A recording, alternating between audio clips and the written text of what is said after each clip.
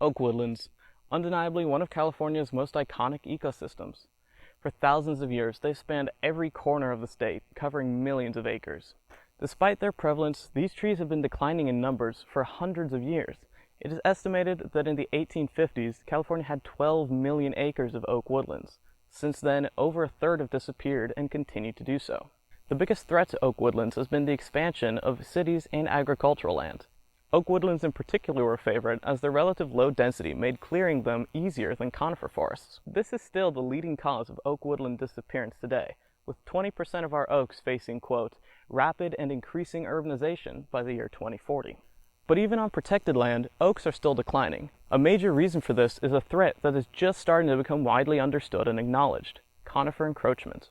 Conifer encroachment is the phenomenon where conifers, in our region usually Douglas firs, slowly take over and eventually replace a stand of non-conifer trees. The stands most vulnerable to conifer encroachment are the ones that border pre-existing conifer habitat.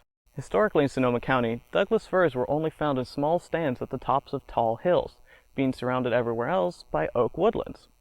This equilibrium was quite fragile and was only sustained by the constant stewardship of Native Americans. They had many practices that promoted the survival of oak woodlands, but the most important was their frequent use of slow-burning fires. They used these fires for different reasons depending on the time of year.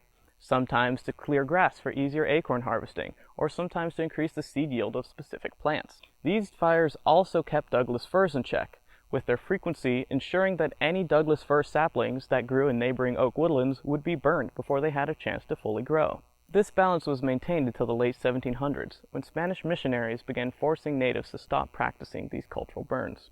Oaks need this leg up for a few reasons. First, as with all trees, they are extremely shade intolerant. Second, oaks in particular are very slow to mature, with some species taking 60 to 80 years. These two factors combine to create a problem. It means that tall, fast-growing Douglas firs can quickly surpass even fully mature oaks in height. This greatly reduces the amount of light able to pierce the canopy, not only preventing the growth of any new oak saplings, but causing even fully mature oaks to begin dying within 10 to 15 years. Now, oak woodlands are important for many reasons. For one, they provide critical habitat for over 300 species of animals and 2,000 species of plants, with 45 of those animals being considered at risk. Not only do they directly provide food in the form of leaves and acorns, but studies have shown that oak woodlands have a significantly higher soil moisture and nutrient content than open grasslands or stands encroached by conifers. This helps understory plants stay healthier through the summer, providing better foraging and grazing opportunities for animals. Oak woodlands also play an important role in California's groundwater system, with their relatively sparse canopies allowing much more rain to reach the ground than dense conifer forests. Lastly, oaks have a huge cultural significance for many California Native Americans. Not only do they use the acorns as a crucial ingredient in many of their traditional foods and ceremonies, but they have uses for every part of the tree, ranging from medicines to basketry dyes.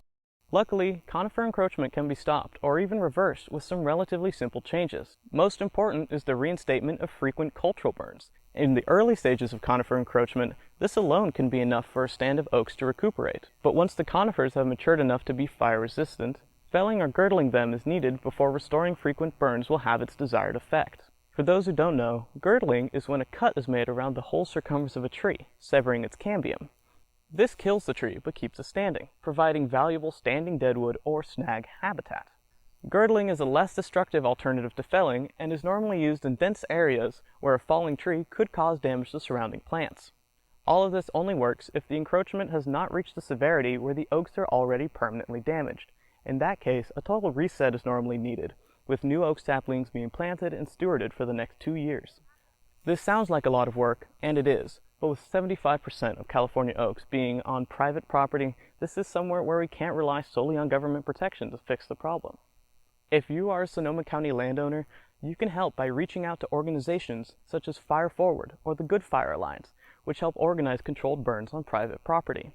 And anyone can help by donating to or volunteering at those same organizations, or anywhere else that's helping to promote the health of oak woodlands. Because if we want this ecologically and culturally significant habitat to survive and thrive for generations to come, we all need to steward it together.